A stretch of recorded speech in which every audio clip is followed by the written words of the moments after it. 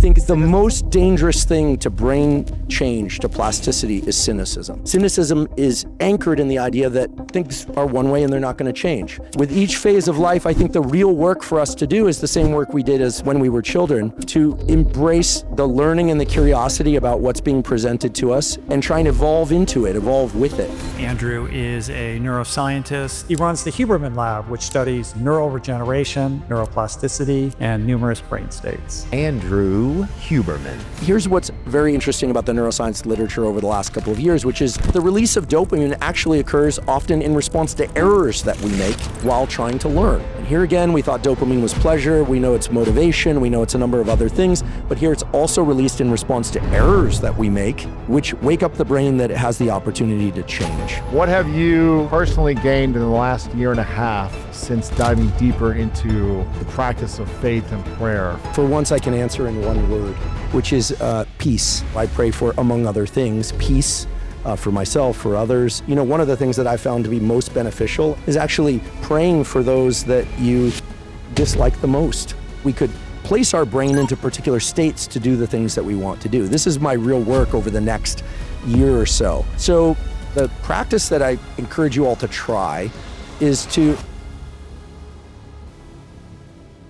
How many of you guys are excited to see Andrew Huberman live? Yeah. To some of the greatness, baby. Let's go. I'm ready. He's ready. He's like, as brilliant as he is, he's very introverted, actually. So this is a lot of energy for him. You've got InQ saying, bring me all the energy. And he's like, oh my goodness, this is a lot of energy. So we're going to have a fun time. This audience has been learning tools to help them thrive for the last couple of days. People have flown from all over the world. There are a lot of locals here as well. How many from LA here? We got a lot of locals. And others who have flown from other countries and all over the world. And I wanted to make sure that we created an experience for 2 full days to give people tools and inspiration to help them improve the quality of their life. You talk a lot about the science and the neuroscience behind health and living a healthier life, how to maximize our brain, our bodies, and ultimately our spirit and our souls to feel more peace and harmony. You talk a lot about sunlight, getting up early and making sure you look towards the sun early on. You talk about getting quality sleep. You talk about eating well, which is a lot of what our parents or grandparents try to tell us to do as well, but sometimes we've forgotten how to do these things. But I have a bunch of questions for you here, but there's one thing we talked about backstage beforehand, which we were taking some photos backstage and before. You said you were meditating and you were praying before you came up here. And I wanted to ask you, this is not in my questions, but I wanted to ask you, is there any science or research behind prayer or faith that helps people heal their body, their mind, or their souls? You know, they answered. They answered for you. Well, first of all, great to be here. Truly, it's really wonderful. And so, believe it or not, there's quite a lot of science now about prayer and meditation, but we differentiate between those two. And work by a guy by the name of Dr. David DeSteno at Northeastern University and others has really identified, first of all, a number of clear health benefits to acts of faith, including prayer. So the acts of faith. Acts of faith. What does that include? So the mere statement that one believes in higher power or God or something larger of some kind is not sufficient to sort of glean these health benefits. It's not a problem, but it doesn't get you any health benefits. However, people that engage in faith-based practices, pretty much of any kind, that get your mind outside itself to some extent and acknowledge something or other things outside of you have been shown to have pretty spectacular health benefits in the short and long term. Everything from reduced cardiovascular disease, cerebrovascular disease, recovery from grief, recovery from addiction, and on and on and on, in ways that we can separate from the social connection that often goes with faith-based practices, which of course are also wonderful, convening with people, in some cases praying with people. And of course, prayer and faith is a very individual thing. It's something that for a long time made scientists kind of uncomfortable, unless you look into the history of scientists and then you realize that many scientists actually had faith-based practices. And the reason I say faith-based practices is it's different to engage in actions related to one's beliefs as opposed to just thinking, yeah, I believe in something greater than just... So not just saying I believe in God or I Right. believe in the universe or a higher power or whatever you're saying is bigger than you. It's not enough to just say that, but it's actually having a practice of prayer or communing with people in a faith-based practice. That's right. And, it was, I'm a long time meditator since I was in my teens. I turned 50 in a couple of weeks. I still am, and feeling good. Thank you. Meditation for me started off as a kind of a standard 20-minute a day or 10-minute a day. It soon went to 0 minutes per day type practice, as it does for many of us. It's very difficult for people to maintain a meditation practice. Very few people do that. It's a wonderful practice, as you know, for reducing stress, giving often insight, allowing more creativity. There are many, many hundreds of studies on this now. But the practice that I really embraced starting back in 2017 that I'm a huge proponent of is traditionally called Yoga Nidra. This has been something that's been known about for thousands of years and done for thousands of years. It involves lying down, doing some long exhale breathing. We can talk about why that's beneficial, which lowers the heart rate, among other things. A sort of body scan, getting the mind out of thinking and doing, as they say in these Yoga Nidra scripts, and to one of just being and feeling, one in pure sensation. Okay, so that's sort of my meditative practice. I coined that somewhat reluctantly as non-sleep deep rest because I thought that would bring more people to the practice. But I acknowledge that's a thousands of year old practice that was not developed by me, was developed by others. That's a form of meditation in the sense that you're not in a dialogue with anything outside yourself. Prayer, I think we all know what that is something quite different. And that's something that I've always done. In the past, it was somewhat covert prayer for me. I didn't really acknowledge that I pondered an existence of a higher power. And I had I wouldn't say a religiously divided family, but their beliefs and value systems were, let's just say, very diverse within my family. So it was a point of confusion for a long time. And then starting about a year and a half ago, I got into a regular practice of prayer. Daily, or it's actually nightly for me. And the way I do it doesn't really matter because, again, it's highly individual. But this is, it's a communication with, a non-human, entity for me, and praying to God. So, and people do this very differently. And I think it can make some scientists uncomfortable because you say, well, you're supposed to be a person of science. You're supposed to be objective. And scientists and theologians have gone back and forth that, can you prove, can you disprove? And as Dr. David DeSteno points out, it becomes sort of irrelevant at the point where you acknowledge that the human brain, I think we can all acknowledge that the human brain is spectacular. It can change itself. It can make plans. It can enact those plans. There's a reason why we are the curators of the earth. I mean, we have brains that are far more sophisticated in terms of our ability to build technologies than any other species. And here I, of course, acknowledge the incredible sophistication of other species. But humans are the ones basically in charge of taking care of this planet. And yet human brains alone, and even in combination, are spectacularly terrible at solving certain problems. I mean, every time we see a challenge in the world, as we, many challenges these days, but recently there've been, some of these have been highlighted again and again, and it's hard to not just acknowledge that and see that and think, are we progressing? So then people cite statistics, right? They say, well, 100 years ago things were far more violent or difficult, infectious disease was worse, et cetera. But somehow you'd think, well, shouldn't we have it right by now? I mean, shouldn't we be able to control our behavior, resolve our differences? And that, to me, personally, I'm just revealing my personal beliefs, is where acknowledging that humans are not equipped to have all the answers. And that's where I look to my training as a neuroscientist. I say, we understand a fair amount about how the brain works, certainly not everything. And I don't think that the human brain, for all its beauty, and abilities, is capable of managing everything that life here on Earth presents to us. And so for me, this notion of higher power and faith-based practices has been enormously powerful for me in terms of helping me navigate decision space, come to clearer understanding about what emotions that exist in me and in others mean.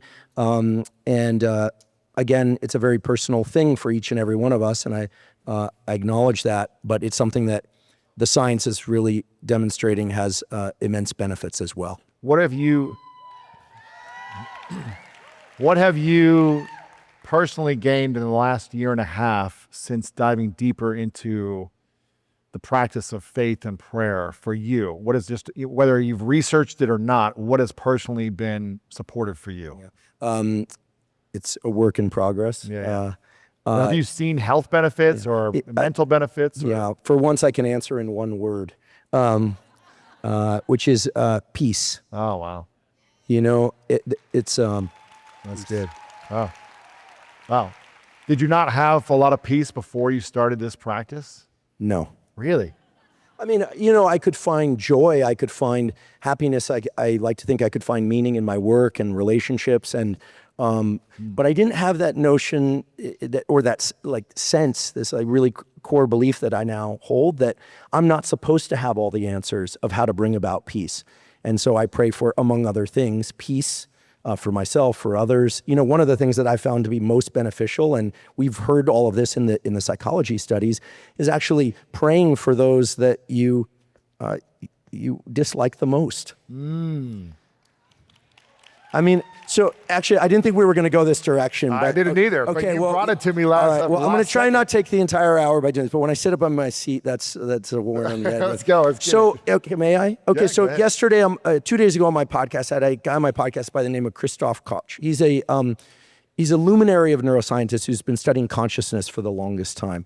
And that episode will come out, I believe, Monday. But the point is not to plug the episode. The point is that I asked him, what is consciousness? And we have a conversation about that. I asked him about how one changes the brain. And, you know, I know a thing or two about that, and he does. And so I was learning from him as well.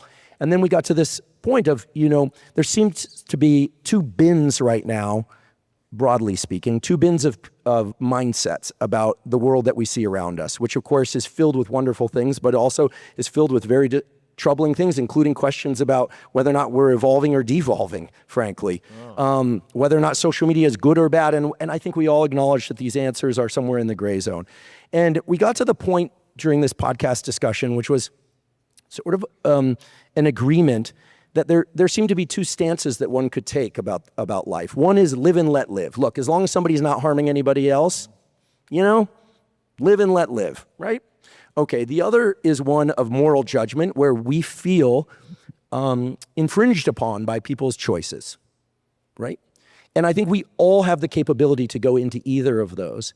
And if we acknowledge that that's been the case throughout human history and very likely is going to be the case going forward, then I don't think we can expect things to get that much better, right? As long as those two bins exist. And so the question is how to get outside of this, what Christoph calls different perception boxes. He made up that term, I didn't. These are boxes of perception based on what neuroscience we call priors, which is nerd speak for your own personal history and memories. You believe certain things based on how you were raised and your experiences. Other people believe different things. Different perception boxes. How do we get outside it? And by the end of that very long conversation, and I basically came to the conclusion that I started with at the beginning of the conversation, which is that humans don't have all the answers. We can't do it ourselves because the brain is just not equipped to do that. It's equipped to do many wonderful things, but the brain is so context dependent. It's so self-perception box dependent. We're all looking out at the world through these boxes that are, you know, built on our personal histories and beliefs. And unless we were to embark on a worldwide experiment where we all try and enter the minds of other people and develop immense empathy and make that a project, it's very, very hard. I think we can assume that many of the same problems are going to continue to show up, but in different form. And so if we really want, I believe, if we really want to evolve our species, right, and evolution is often discussed as sort of a cornerstone of non-religion, right? But if we want to do that, we're going to have to embrace the idea that we can't do it alone. We need some outside guidance. We have to, because otherwise it's going to be human brains which are fallible, making fallible choices despite the best of intentions because of these perception boxes. So I don't have a stance of pessimism. And we also talked about, and maybe this is a segue perhaps to kind of more, daily life things, but on one end of the continuum, we have optimism and curiosity and neuroplasticity, right? The ability to change our minds in ways we want. And on the other end of the continuum, we have cynicism. And I think the most dangerous thing to brain change, to plasticity, is cynicism. I'm absolutely convinced that cynicism is the enemy of all good things. What is that? Cynicism is the belief people are, you would fill in the blank. Any statement that dismisses the possibility of change. A negative thing. Could be a group, could be about yourself. The worst kind of thinking, and there's science to support this. I have a colleague at Stanford who studies this. The worst thing for brain plasticity is cynicism, because by definition, cynicism is anchored in the idea that things are one way and they're not going to change. Curiosity is an interest in what might be there or could be there, sometimes layered with an emotional hope that it might be a certain answer, but real true curiosity is about wondering and wanting to find out and doing the work to find out, understanding that the answer might be one thing or another. Curiosity and neuroplasticity are absolutely linked. In fact, if you look at the great minds throughout history that seem to be great learners throughout their lifespan, the great Richard Feynman among them, the great Oliver Sacks, neurologist, writer among them. They were curious about many, many different things besides science, art, animals, nature. And curiosity is something that we can breed inside ourselves. It takes more work for some than others, but curiosity is basically the gateway to brain change. Wow. I'm certain of it, and the data support that. Cynicism is the way you make your brain filled with cement. You take what you've got now and you kind of cap it off and you go, I guess I'm just going to kind of live out the rest of my years believing this, believing that. And not just about other people, right, but about ourselves. So I truly believe that with each phase of life, I can say these things now because I'm turning 50. With each phase of life, I think the real work for us to do is the same work we did as we were children, when we were children, which is to embrace the learning and the curiosity about what's being presented to us in this next, frontier of life, the next month, week, year, and try and evolve into it, evolve with it, as opposed to clinging to these notions of self. And the Buddhists talked about this as, ego detaching from the ego, or dissolution of the ego. But I think ultimately, since simple things tend to stick with us, cynicism is the enemy, curiosity and neuroplasticity is hope, basically. Wow. I'm so excited about this because a lot of the things we've been talking about, my man down here said he came back this year. Tell me your name again. Corpus. Corpus came back this year from last year. And I said, why'd you come back? He said, to help me overcome the negative thinking in my life, because it just keeps creeping back in. And what I'm hearing you say is that the cynicism sounds a lot like negative thinking. Doubting myself, doubting what's possible, doubting, could I actually do this thing? Is that similar to negative thinking and cynicism? Yes. Cynicism is sort of it's anchored in this core belief that things can't change. And if they do, not much. And if they do change much, then they're going to change back. And it's work to be curious. It's, this is what we forget. It's sort of like anytime we see a great performance of someone in the arts, we think that it just kind of came to them, right? Virtuosity does not arrive by chance. It's built on tons of work, and we know that. So the work to make our minds perhaps not optimistic, maybe optimistic is too lofty to really reach for. We just try and remain curious. Why the cynicism? Ask questions. I mean, the best way to trigger brain plasticity is to ask questions of oneself. And, going back to this thing about prayer, that's also something you can pray for. You can acknowledge that the brain, our brains, all of us are stuck within our own modes of thinking. I mean, this is so wild, right? You talked about the kids, right? The kids. Yeah. Okay, good. Yeah. Because otherwise it's like, yeah. Okay. So, no, we had a gender reveal, the whole thing yesterday. Okay. It was because if not, I just kind of, he's having twins. You talked about the kids. No, we didn't. So, I teach, for many years, I taught human fetal brain development. So we could talk about that. Perfect. But the point here is that the most incredible thing is that all our brains built themselves. I mean, don't get me wrong, your wife's doing a lot of the work and you're doing like this much, but your brain built itself. It took the genetic instructions and built itself. Sure, nutrients come in, we need to support it. There's a communication between mother's body and fetus, of course, but it built itself. Wow. And then the brain, the human brain, can self-direct its own change.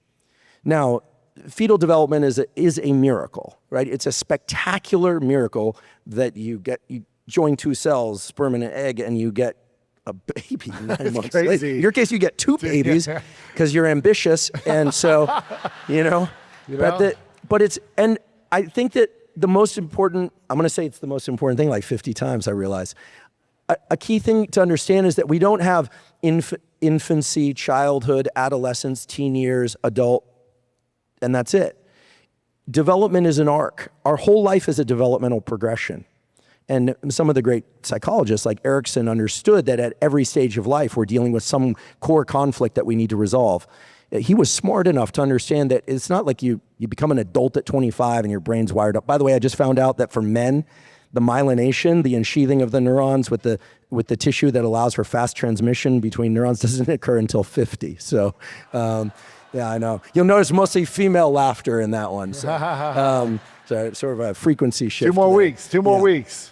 So, oh man, you got it in for you. You're so stoked. I'm so happy for him. I really am. To see your friends who, obviously Lewis is going to be a spectacular father. It's just so awesome. Thank you. Thank you, brother. Thank you. It's going to be so much fun. So brain change is not easy. And it's more and more difficult as time goes on, but it's a skill.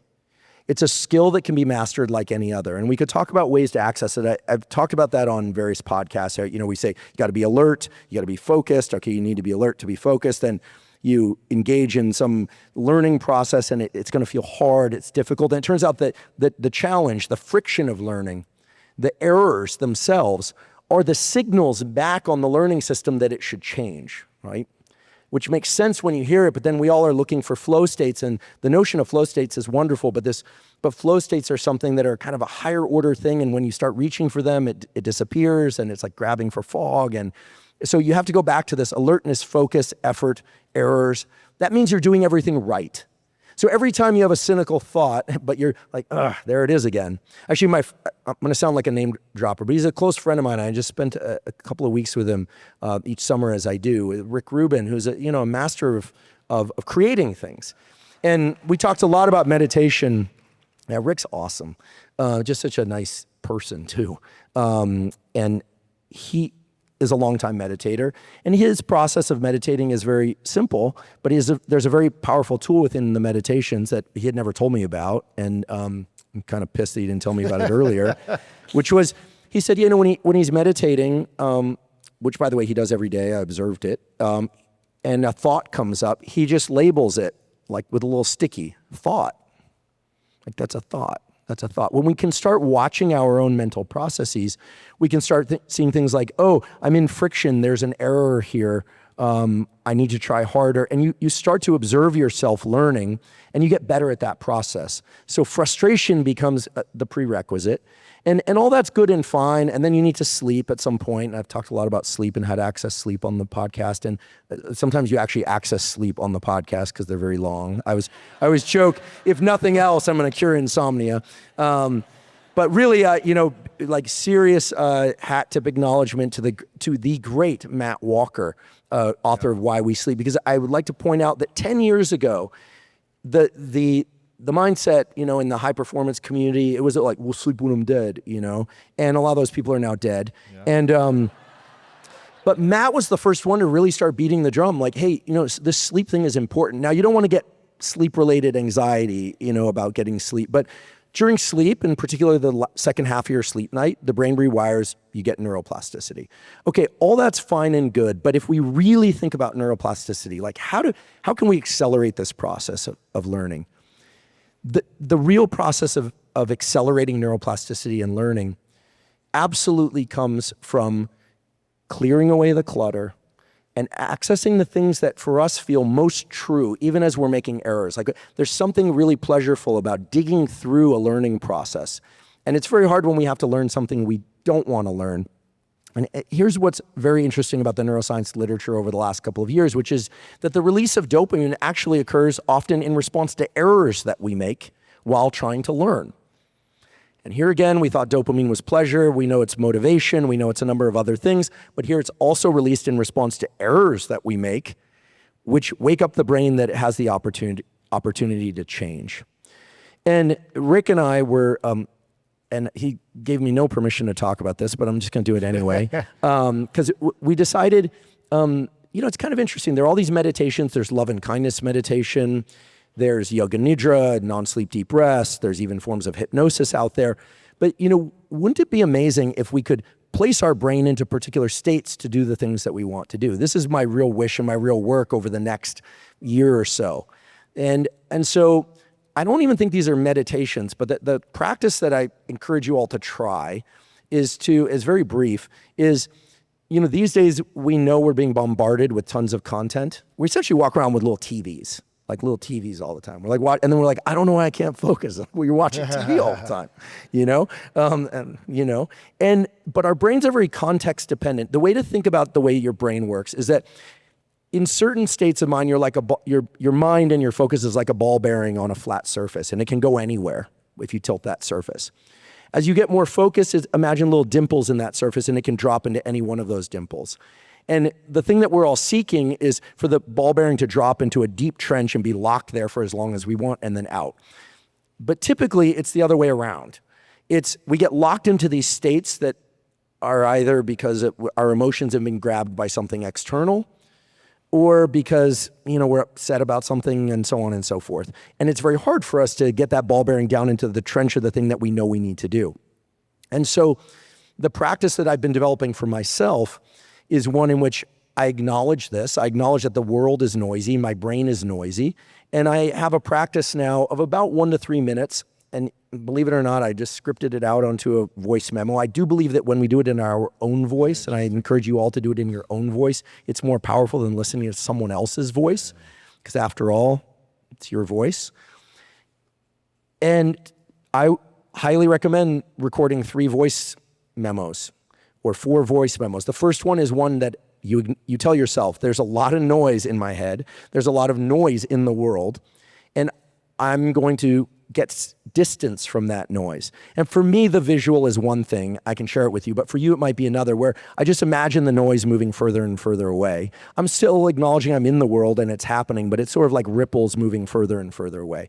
After about 3 minutes, I shift to a different voice memo, which is, this sounds so crazy, but knowing what I know about the brain, I figure it's, not quite as crazy, which is then I listen to a 1 to 3 minute script about focusing, which is really to try and acknowledge that focus is something that constantly drifts until we're in a flow state. That focus is a process of redirecting our attention, redirecting.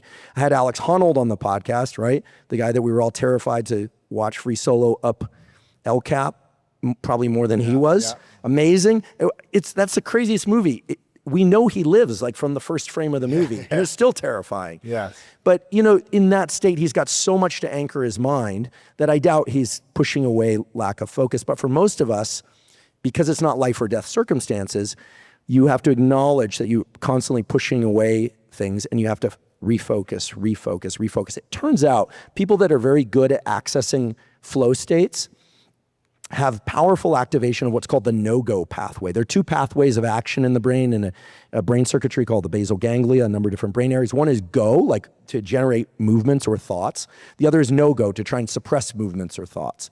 Flow states are mainly accessed by the no-go process. So the more you can shift out of your mind cynicism and try and redirect, for instance, to curiosity, the more you're in a no-go that way, yes, that way. So this second short script is what I use to visualize focus. And sometimes I actually will think about Alex's climb as a kind of the pinnacle of an example of focus.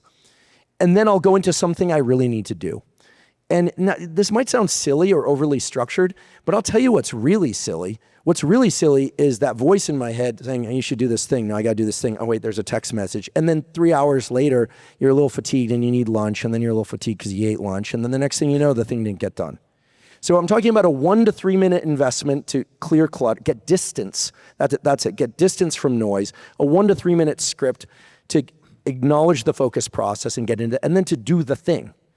That thing about that we procrastinate, the thing that we can just avoid until it becomes a deadline or it's terrifying or it's past. Now, here's the real key to plasticity. Those steps are required, but the real key is when you finish out what you're doing, your focused work on whatever is most important to you. At some point later that day, you need to reflect on what happened in that work bout. And this is so important. If you remember nothing else that I said, please take this away. We know now, based on the neuroplasticity of learning literature and how best to study and that whole mountain of literature, that the best way to remember information is to not forget it. Which sounds like I'm joking. No, it sounds like I'm joking. I know. I was like, I have to get in. How do you not forget it? So here's the thing: you self-test. Every bit of learning turns out to be anti-forgetting. And I know it sounds like it's just a twist on words, but here's the experiment that's been done many times now.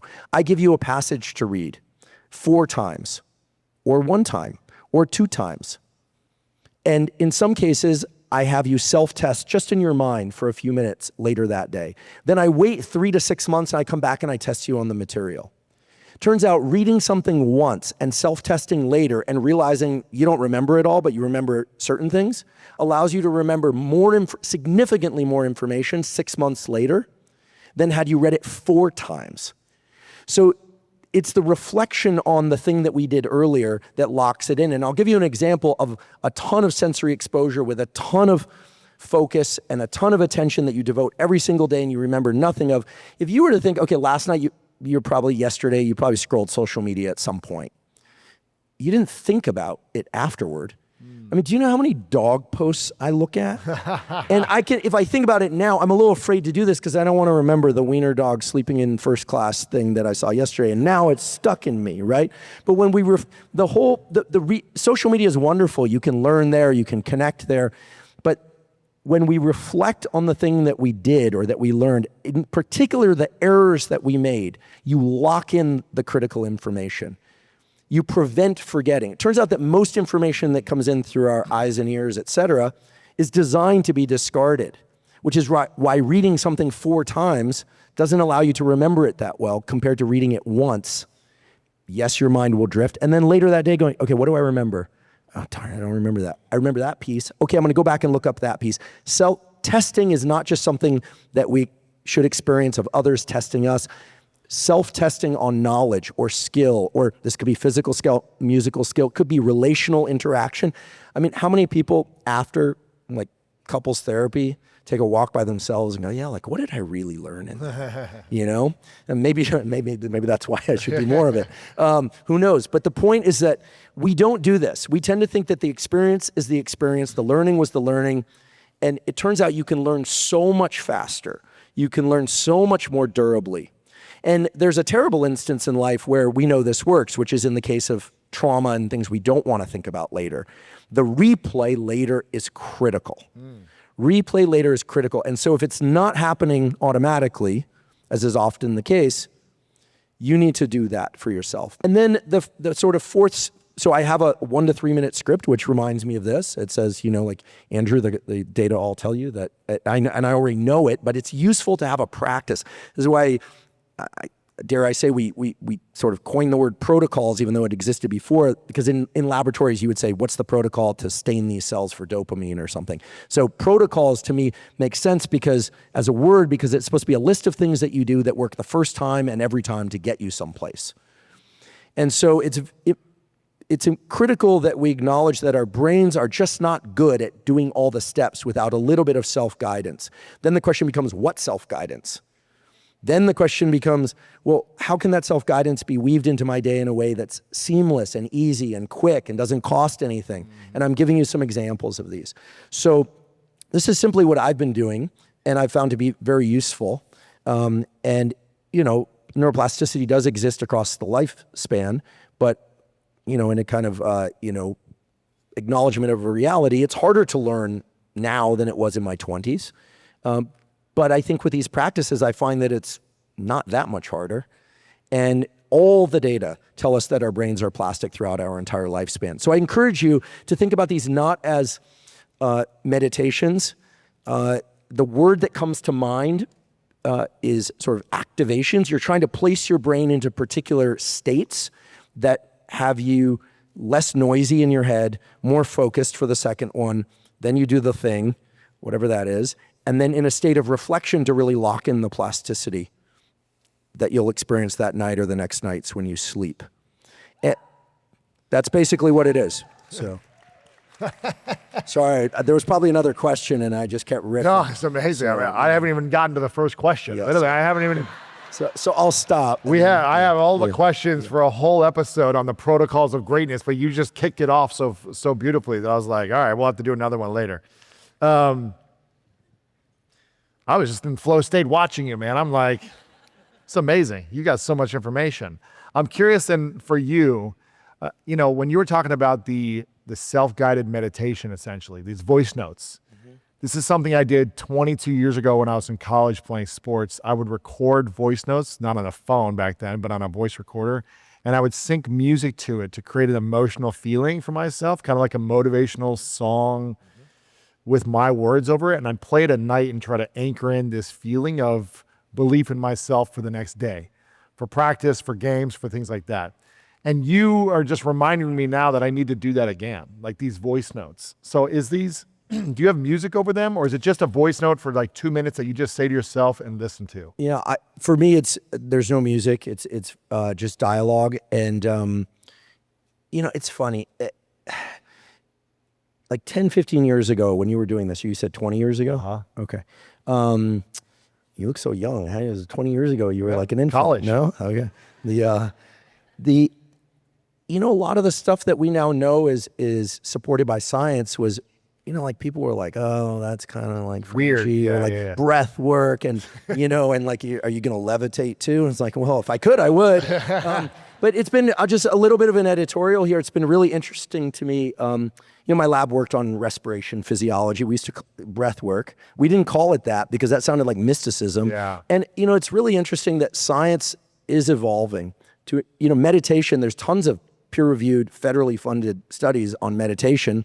Thank goodness. Also on yoga nidra, lowers cortisol, helps you sleep, helps you learn better. I mean, respiration, we now, basically the breathing thing is all pretty straightforward, right? The conclusion I've come to after all these years of looking at everything from Wim Hof breathing to Kundalini breathing to physiological sighing to box breathing to all of it is that if you emphasize the exhales, make them longer or more intense than the inhales, your heart rate slows down, you get calmer. If you emphasize the inhales relative to the exhales, your heart rate goes up, you tend to be more alert. You do a combination of the two, you can be very alert and very calm at the same time, right? And it works through respiratory sinus arrhythmia and the motor and the sensory branch of the vagus and the diaphragm and carbon dioxide and oxygen. But basically, longer deliberate exhales calm you down. Longer, more intense inhales wake you up. And, I'm not trying to trivialize, hundreds of studies, some of which I got very involved in for a long time, but that's basically the crux of it. But for many years, science and my community of scientists, they were disparaging of it, but they're like, oh yeah, I don't know, like that seems a little weird. And then I'm like, well, you look kind of stressed and maybe you should do it. And, and likewise with the sunlight thing, right? People have been talking about getting morning sunlight for thousands of years.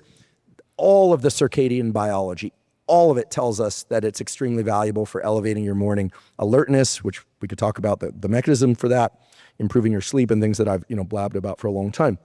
So when you talk about adding music is an incredibly powerful anchor for emotions.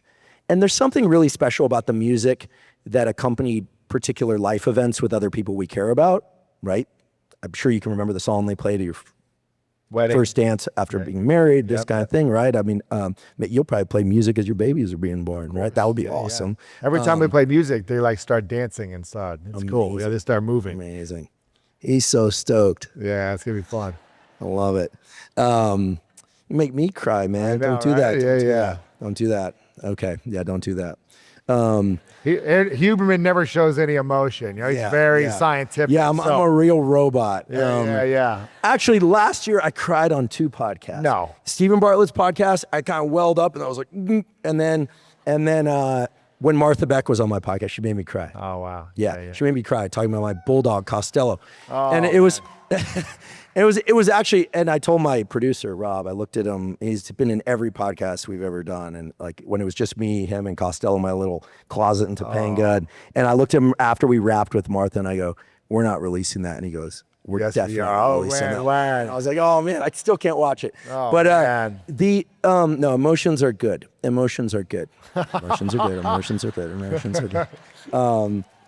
What do you? So, what I'm happened? half Latin, man. My dad's Argentine. Like we're used. So it's like, you know, I'm curious. Speaking of emotions, what happens to the brain or the body when we express our emotions, whether it be through tears, through crying, through physiological release of some type? What happens when we do it, and when we block the flow of emotions that we want to release, but then we stiffen up? Yeah. Well, unless it's okay. So feeling emotions obviously is healthy, right? The ability to feel your feelings. What's probably not healthy is catharsis directed at somebody else. Like anger, you mean? Or like Screaming at them, Yeah. you know, screaming at yourself. You know, I guess there's, I've let out some pretty loud yells at myself that were pretty effective, I think. You know, I think, so that there's a time and a place for it. We know that pushing down of emotion is not healthy. We know that. But of course, you know, we have to behave ourselves, right? Right. All the data tell us that, you know, this vagus nerve thing, I did an episode about this last year that really opened up my eyes. You know, we all know the mind and body are connected. The vagus is the connection between the mind and body. More serotonin is made in the gut than the brain. But I had no idea, even though I teach neuroanatomy, I had no idea how far the research has come in the last like 4 years. Basically, the vagus can be summarized this way. It collects sensory information from your whole body. Heart rate, lungs, how full they are, your gut, the status of it, conscious and unconscious stuff. And it's sent up to your brain. Like 85% of the vagus nerve pathway is sensory. It's stuff going up to your brain. It's feeding your brain information, about the status of your body and what it's experiencing. And then there's about 20% that's descending information that is motor. It's controlling your heart rate. It's controlling how full your lungs get or how not full your lungs get. And so it's a bidirectional pathway. And we've heard so much about it being parasympathetic. It's a calming system. But it turns out that it's a system that's positioned to understand when you're packing something down. You know, that packing down that we're all familiar with because it's like not the appropriate time for something, or you don't, you know, you just don't want to feel what you're feeling. Stuffing. Yeah, sadly, I mean, I can say, and I think I'm certainly not alone in this. I can remember one particular event in my, you know, childhood history where I remember feeling something and I was like, wow, that's good. I can do that. I can like pack that down. That turned out to be not so great. That's not good. Yeah. It turned out to be not so great. But the ability to pick time and place for and way of expressing emotions is obviously key. Yeah. But emotions are the gateway to plasticity. Your music experience and practice certainly acknowledges that. We talk about peak and awe experiences. We never forget those. And on the darker side of things, you know, traumatic experiences, we can unload the emotional component of those through things like cognitive behavioral therapy, EMDR. These days, there's a lot of interest in, it's not really a psychedelic, but in empathogenic therapies like MDMA, which, by the way, is still Schedule 1. It's still illegal. I have to point that out. And maybe we'll get FDA approval this year. If you ask me, I'm hoping for FDA approval, but they need the proper safety checks in place. The question is, who are going to be the therapists? How is this therapy going to be done when people are in a state of vulnerability? So some really serious issues. And despite what you could say about government and the FDA under any political leadership, you know, they really do. There are good people who want to protect people from harm. So, but I think with empathogenic help, you can, you know, learn to emote more easily, and have empathy for self is a big part of being able to tolerate emotion. So emotions are a wonderful aspect of life. It's about being able to control time, place, and way of expression. But yeah, I think crying into your pillow every once in a while is pretty healthy. Good thing. Yeah. Good thing. Yeah, I do. I think it's a good thing to do, and no one has to see it. unless you do it on a podcast. So, you know. Okay, I'm going to try to get to my first question. I still haven't gotten to the first question. I mean, I'll keep going all night. this is I don't great. care, right? This is great. I love this. I mean, so it's up to you. People probably want to go see the Canelo fight, or they want to go out to dinner. That's right, yeah. Canelo's fighting tonight, right? Yeah, I know. Yeah. It's all right. It's okay. We're all hanging out Yeah. tonight, you know, so that's going on. I'm perfectly happy to miss the fight. Yeah. I'll see the replay, you know. This is all about the protocols to greatness. Again, I wanted to give you guys the best of the best here at Summit of Greatness. This man is the most popular scientist in the world, the biggest following in the world. He's changing lives. I'm curious for you, if you had to say these are my top three science-backed protocols to support you personally, and the evidence is just abundantly clear that if you follow these science-backed protocols, you will have more peace, more clarity, more focus, more freedom, more of what you really want in your life. What would those three things be? All right. Well, I'm going to take a freebie and tell you four. Perfect. Because I'll just reiterate earlier. It's interesting you started with prayer. You're like, let's go in the deep end here first. I mean, I do think that when we feel least able to control our mind and where it goes, that's an especially good time for something like prayer, where you give it over. It's not your task to handle everything. And it certainly isn't the task of other people in your life. I mean, that's another benefit that I've noticed is like meditation, prayer, they unburden a lot of people in your life that I was otherwise burdening, right? To solve things or to reflect back things I want. I mean, we're a crazy species, and we love love, and we don't like to feel angry, and then it can get all mixed up, and it's tough. And so when you just acknowledge, and you just ask for feelings to be taken away so that you can have more clarity and more depth of connection with the things in your life and the people in your life. I mean, anyone who's done this knows it works. I can't tell you why. And I kind of love that I can't tell you why. Like, for once, it's a short sentence. I don't know why, but it works. Okay, the other three, you know, I've talked so much about this morning sunlight thing that it's almost like a joke by now, right? It's kind of like a meme. I keep seeing it, the morning sunlight thing, or long exhale breathing to slow your heart rate, or NSDR. And I do think nowadays, thankfully, something that, by the way, back in the day when I was a teenager and in my 20s and 30s, resistance training, it's all going to turn to fat. That's only for bodybuilders and military. And it's like, no, everyone needs to do this. And now everyone knows they need to do it. So basically whatever they're saying right now is ridiculous. That's the future. I mean, have you caught on to the pattern? Right? That people go, that's ridiculous. Like, well, this whole creatine craze is pretty interesting to me. I don't think everyone needs to take it, but there's some benefits for many people. It's not necessary, but creatine's been around a long time. It just only broke through now. Vitamin D3 made it first for some reason. And then magnesium will probably be next. Just remember, not everything is safe, but whatever is being kind of chuckled at now is very likely to be the thing in 10 years, 5 years.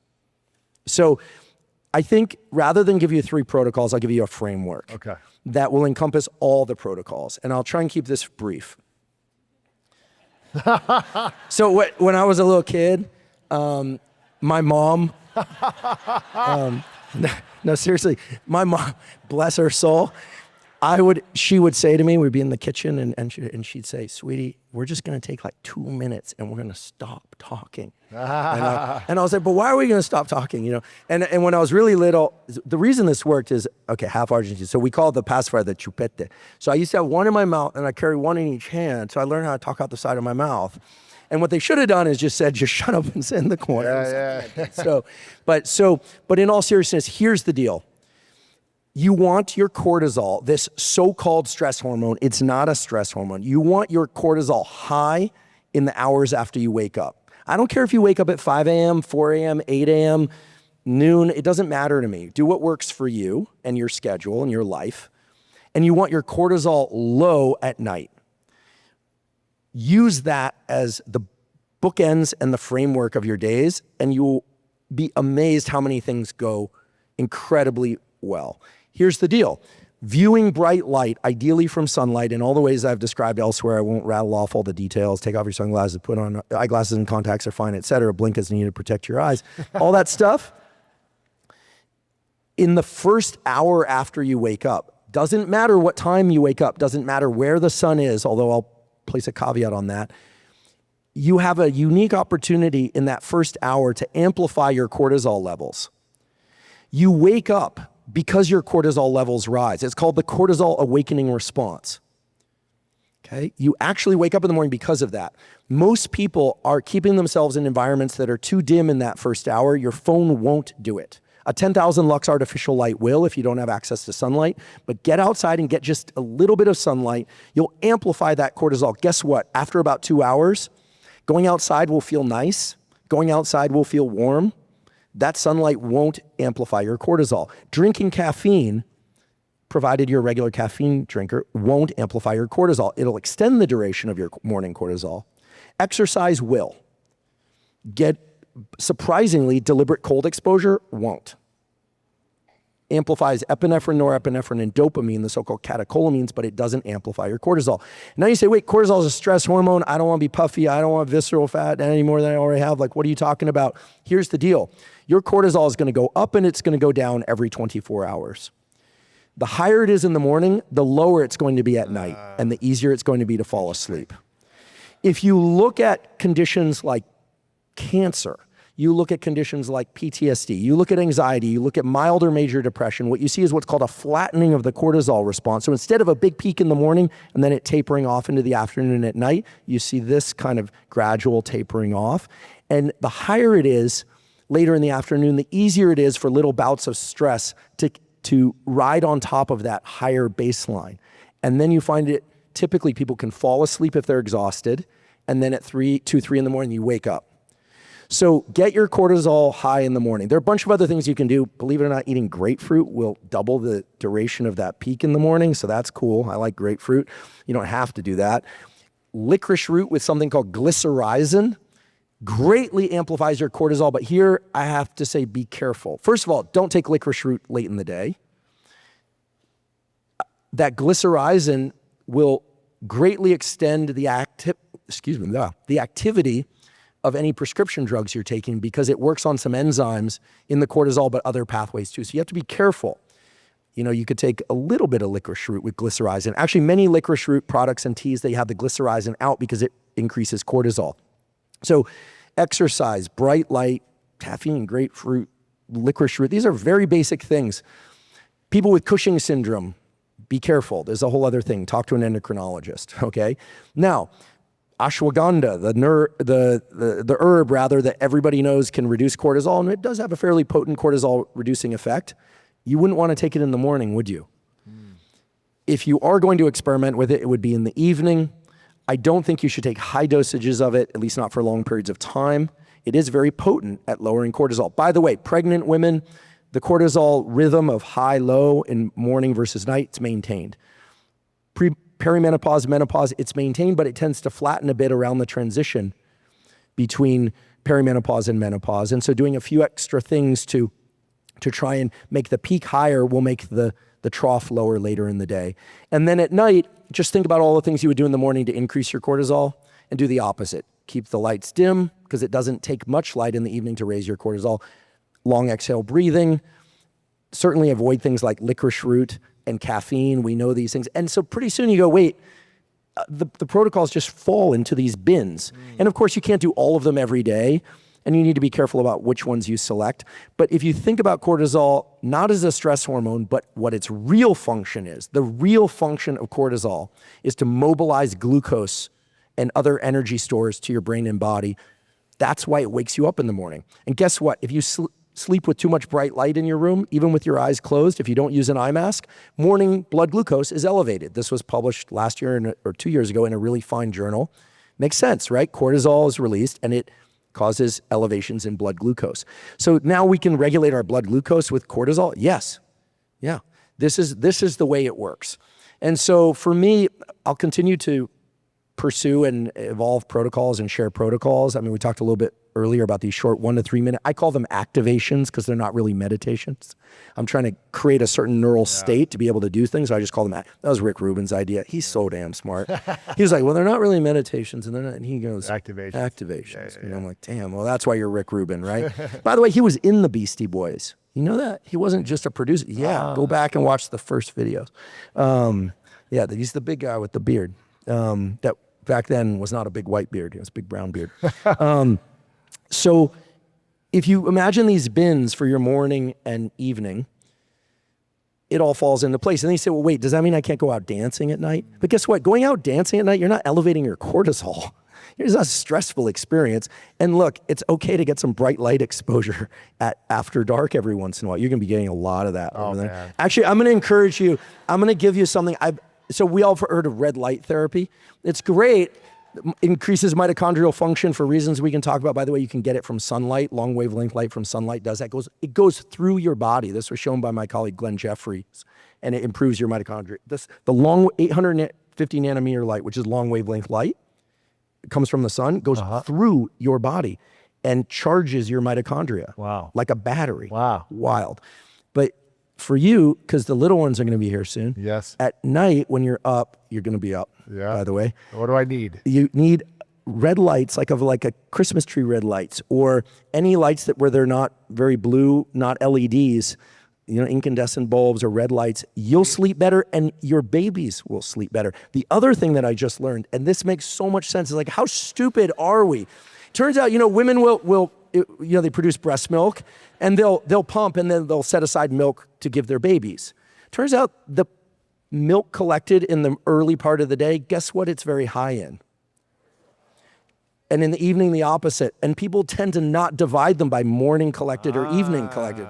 And they're now looking at turns out babies could sleep well all the time. Like, sorry, parents. No, it's like, so it has a big effect. There's a big effect on improving the sleep patterns of babies. These poor babies were being blitzed with cortisol. I was probably one such baby, Anyway, I'll stop there. This is amazing. I've got three things. 3 things for you. We're going to have to do another episode in the future because I have a lot of questions I didn't get to. You wonder why I'm an introvert. It's because I have no friends, because I feel like if I'd meet up with people. 2, can we put up Andrew's slide for his new book? It's not even out yet. It's delayed. I have to. It's delayed, but they can pre-order it, right? You can pre-order it. Thank you. That's very kind of you. There's a QR code here. So I encourage all of you to get your phones out, pre-order this. This is going to be, I told this to Mel Robbins mid last year. I said, your book's going to be the #1 book of the year. And it's been #1 on Amazon, I think, for the last 9 months. This is going to be the #1 book of next year, if it comes out next year. Maybe it's in 2 years. I don't know. Whenever it comes out, it will be the #1 book of the year. I guarantee it. So make sure to support this man right now. Thank you. I should say I didn't ask him to do that. That's very kind. And the reason it's delayed is because I decided to include illustrations and lists to make it clearer as to what was in the text. So forgive me, but And the last thing, we got the book up there. We got some of the protocols here. What's the last thing I'm thinking? I need to recall the beginning. The first thing that we talked about was about faith. And I wanted to acknowledge you, Andrew, for starting to talk about that and you doing this in your own practice over the last year. Because, there's a lot of people that say inner peace is the new rich. And you are creating more peace in your life. And I think it makes you a better person in all areas of your life. You seem healthier and happier and thriving. And it's good. And I'm sure it's many different factors, but I'm glad to know that you're bringing prayer into your life more frequently. And I think you're only going to be a better scientist and researcher in that process by doing that. So I want to acknowledge you for that. And give it up one more time for Andrew Huberman. Give it up, guys. Give it up. Thank you, bro. Sorry for going long. You're good. You're good. Appreciate it, bro. One more time, guys. Andrew Huberman. There's something called dopamine reward prediction error, where people work, where they expect something to be great. And as you do that, you actually raise the level of dopamine that's required to make it feel good when you get there. This is why people achieve great things and kill themselves. It's crazy, You know, right? the failure to